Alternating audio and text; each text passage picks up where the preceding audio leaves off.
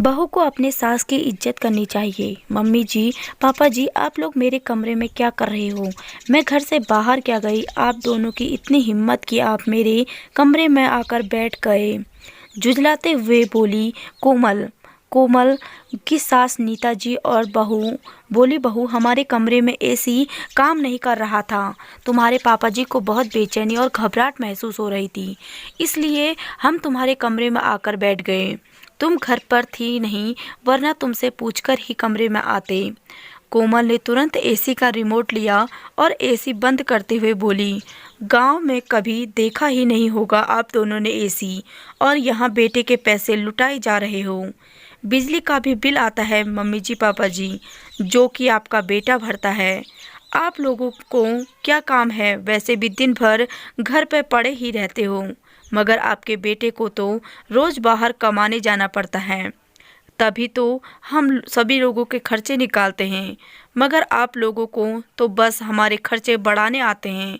आप जैसे अनपढ़ लोग गांव में रहने के ही लायक हो। आप लोगों को शहर की चकाचौंध क्या देख ली, लग गए बस पैसे उड़ाने। यह सब जो आप लोग देख रहे हैं इस घर में, सब आपके बेटे की मेहनत का है। इसलिए आइंदा से या किसी महंगी चीज़ को हाथ लगाने से पहले सोच लीजिएगा, और मेरे कमरे में मेरी इजाज़त के बिना कभी मत आइएगा। मेरे कमरे में मेरी कीमती सामान पड़ा हुआ रहता है। नीता जी बोली, बहू, कम से कम तुम मेरा नहीं तो अपने ससुर जी की तो इज्जत कर लिया करो। जरा उनकी उम्र का तो लिहाज करो। देखो, कब से कुछ भी बोले चली जा रही हो। हम थोड़ी तुम्हारे कीमती सामान चुरा लेंगे। तुम हमारे लिए इतना बुरा सोच क्यों रखती हो? इतने कड़वे शब्द बोलते हो कि हमारा दिल छलनी छलनी हो जाता है। हम थोड़े दिनों बाद वैसे भी गांव वापस जाना वाले हैं, इसलिए थोड़े दिनों तक शांति से गुजार लो।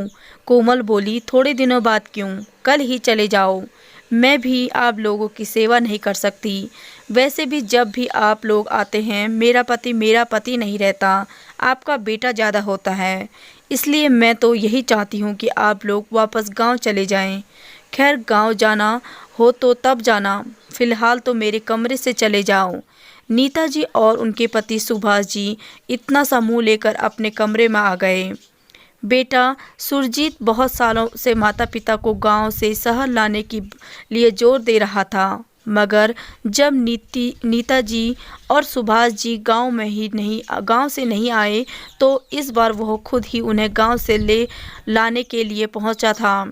अब तो नीता जी और सुभाष जी ने अपने बेटे की जिद के आगे घुटने टेक दिए और वे सुरजीत के साथ शहर आ गए। ऐसा नहीं था कि वे पहले शहर नहीं आए थे, इसलिए पहले भी एक बार सुरजीत के अति आग्रह में वह शहर आ चुके थे, मगर कोमल जो कि एक शहरी आधुनिक विचारों की लड़की है, वह सुरजीत के माता पिता को कभी अपना समझ नहीं पाई। उसे लगने लगा कि सुरजीत के माता पिता के गांव के से आने के बाद उसकी सारी आज़ादी उससे छीन सी गई है। न उसे पहले की तरह बाहर घूमने को मिलता, न आए दिन घर में सहेलियों को बुलाने मिलता। 2 वक्त का खाना भी उसे घर पर ही बनाना पड़ता, क्योंकि सुरजीत कहता है कि उसके मम्मी पापा को बाहर का खाना पसंद नहीं। सुरजीत बाहर घूमने के नाम से लेता तो माता पिता को भी साथ ले जाता। उनका माता पिता के प्रति यह प्यार कोमल को बिल्कुल बर्दाश्त नहीं होता। सुरजीत अपने माता पिता को बहुत इज्जत करता था, जिसे देख कोमल को बहुत जलन महसूस होती थी। सुरजीत अपनी माँ से अपने मनपसंद पकवान बनवाता और अपनी माँ की खूब तारीफ करता, जिसे देख कोमल जल भूल जाती। उसे अपनी ही सास दुश्मन लगने लगती, क्योंकि वह भली भांति जान चुकी थी कि सुरजीत अपने माता पिता से बहुत प्यार करता है। कोमल घर में सुरजीत के सामने तो अच्छे से रहती, मगर सुरजीत के ऑफिस जाते ही वह सुरजीत के माता पिता से दुर्व्यवहार करने लगती। इसलिए सुरजीत के माता पिता ने गांव में ही रहना उचित समझा था। सुरजीत बचपन में ही पढ़ने में बहुत होशियार था, इसलिए उसे पढ़ने के लिए उसके माता पिता ने शहर भेज दिया। पढ़ाई पूरी होने के बाद सुरजीत ने शहर में ही नौकरी कर ली और शहर में रहने वाली कोमल भी सुरजीत को अपने लिए पसंद आ गई थी। सुरजीत ने शहर में बड़ा मकान ले लिया था जिसमें सारी सुख सुविधाएं उपस्थित थी। बड़ी गाड़ी ले ली थी और वह चाहता था कि उसके माता पिता भी हमेशा अब उसके साथ ही रहें। माता पिता का यूँ गांव में अकेले रहना सुरजीत को बहुत खलता था। वह कहता था कि जब हम यहाँ सभी साथ रह सकते हैं तो आप दोनों गांव में अकेले क्यों रहते हो। कोमल को अपने पति के पैसों पर बहुत घमंड था और कोमल खुद भी बहुत संपन्न परिवार की बेटी थी जहां उसके किसी चीज़ की कोई कमी नहीं देखी थी। इस बार भी सुरजीत की जिद के कारण नीता जी और सुभाष जी गांव से आ तो गए थे, मगर कोमल हर पल दोनों को अपमान करती। वह यह चाहती थी कि दोनों वापस गांव चले जाए। नीता जी और सुभाष जी बेटे सुरजीत को बहू की हरकतें बताकर पति पत्नी के बीच कलेश उत्पन्न करना नहीं चाहते थे, क्योंकि दोनों जानते थे कि सुरजीत को अगर पता चलेगा कि बहू घर में दोनों को परेशान करके अपमान करती है तो सुरजीत का दिल टूट जाएगा। सुरजीत तो हमेशा दोनों को अपने पास ही रखना चाहता था, मगर कोमल उसे तो सास ससुर फूटी आंख नहीं सुहाते थे। एक दिन सुरजीत अपने कमरे में तैयार हो रहा था तो उसे कोमल की आवाज़ आई। कोमल नीता जी पर चिल्ला रही थी, मम्मी जी, आप गांव के लोगों को जब समझ नहीं आता कि काम क्यों करते हो। आपको मशीन में कपड़े लगाने किसने कहा था। आपको हैंड वॉश की बोतल और कपड़े धोने की लिक्विड की बोतल में फ़र्क नज़र नहीं आता तो आपने मशीन में हैंड वॉश की बोतल में से लिक्विड क्यों डाल दिया।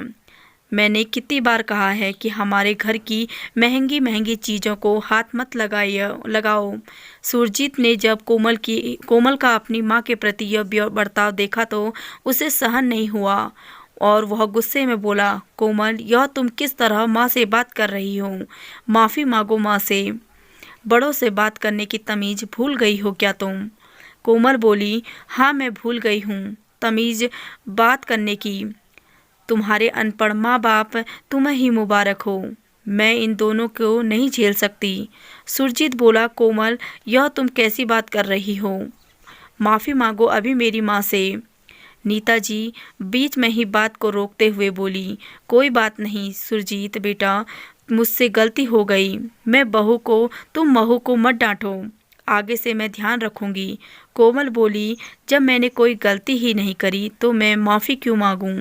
सुरजीत ने बहुत दिनों से इन दोनों को अपने घर में बर्दाश्त कर रही हूँ, मगर अब चीज़ें मेरी बर्दाश्त से बाहर हो चुकी हैं। तुम इन्हें गांव ही क्यों नहीं छोड़ देती हो। बार बार हमारे घर क्यों बुलाते रहते हो। सुरजीत बोला, यह हमारा घर क्या लगा रखी है तुमने। इस घर में मेरे माता पिता का भी उतना ही अधिकार है जितना तुम्हारा, समझी। कोमल बोली, फिर एक काम करो, सारी उम्र अपनी माँ के पल्लू से बंधे रहना। बोलकर कमरे में गुस्से में चली गई। सुभाष जी बेटे से बोले, बेटा तू हमारे गांव का टिकट बनवा दे। हम नहीं चाहते कि हमारी वजह से तुम दोनों में कलेश हो। सुरजीत अपने माता पिता से माफ़ी मांगते हुए बोला, कोमल की तरफ से मैं आप दोनों से माफ़ी मांगता हूँ, मगर आप हम दोनों हमको छोड़कर मत जाइए। सुभाष जी बोले, बेटा फिलहाल हमारा गांव में ही जाना सही रहेगा। तुम्हारा जब मन करे तुम हमसे मिलने गांव में ही आ जाना। सुरजीत दोनों की गांव की टिकट बनवा दी और सुभाष जी और नीता जी वापस गांव आ गए। कोमल इतनी घमंडी थी कि माफ़ी मांगना तो दूर, कभी उनसे अपने सास ससुर से गांव में फ़ोन करना भी जरूरी नहीं समझती। सुरजीत को कोमल का यह व्यवहार देखकर बहुत दुख होता। कुछ महीने बाद सुरजीत ऑफिस से आकर बोला, कोमल थोड़ी देर में मम्मी पापा आने वाले हैं, ज़रा खाना तैयार रखना।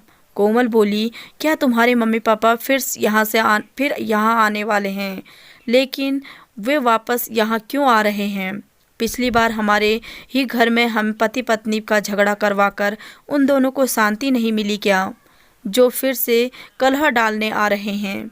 एक काम करो, तुम उन्हीं के यहाँ रहो और मैं चली अपने मायके। बोलकर कोमल बैग में अपने कपड़े भरने लगी। थोड़ी देर में डोरबेल बजी। कोमल ने दरवाज़ा खोला तो देखा सामने उसके मम्मी पापा सूटकेस लिए खड़े हैं। कोमल बोली, मम्मी पापा आप लोग अचानक यहाँ, कोमल की मम्मी जी बोली, हाँ बेटा, तेरे भाई भाभी ने हम दोनों को घर से निकाल दिया है। हम दोनों तो वृद्धाश्रम जा रहे थे, मगर दामाद जी ने को पता चला तो उन्होंने हमें रोक लिया और कहने लगे, मेरे होते हुए आप लोगों को वृद्धाश्रम जाने की कोई ज़रूरत नहीं है। आप लोग मेरे घर में मेरे साथ रहेंगे। बेटा, तेरी भाभी आए दिन हम दोनों को लड़ाइयाँ करती थी और तेरा भाई भी उसी के साथ देता था। आखिर दोनों ने हमें घर से निकाल ही दिया। तेरे भाई भाभी हमें बहुत ताने देते थे, फिर भी हम उनका उल्टा जवाब नहीं देते थे। दरअसल वे लोग हमारे साथ रहना ही नहीं चाहते थे। उन दोनों को तो आज़ादी चाहिए थी। हमने तो उन्हें किसी चीज़ के लिए कभी रोका टोका भी नहीं, मगर फिर भी हम बूढ़े उनकी आंखों में खटकते थे। यह सब सुनकर कोमल रोने लगी और कहने लगी, मैंने मेरे सास ससुर के लिए दुर्व्यवहार किया है मम्मी, जिसकी सज़ा आज मुझे भगवान ने दे दी। आज जब आप दोनों मेरे साथ भाई भाभी के ऐसे व्यवहार किया तो मुझे मेरे द्वारा अपने सास ससुर पर किए गए अत्याचार याद आ गए।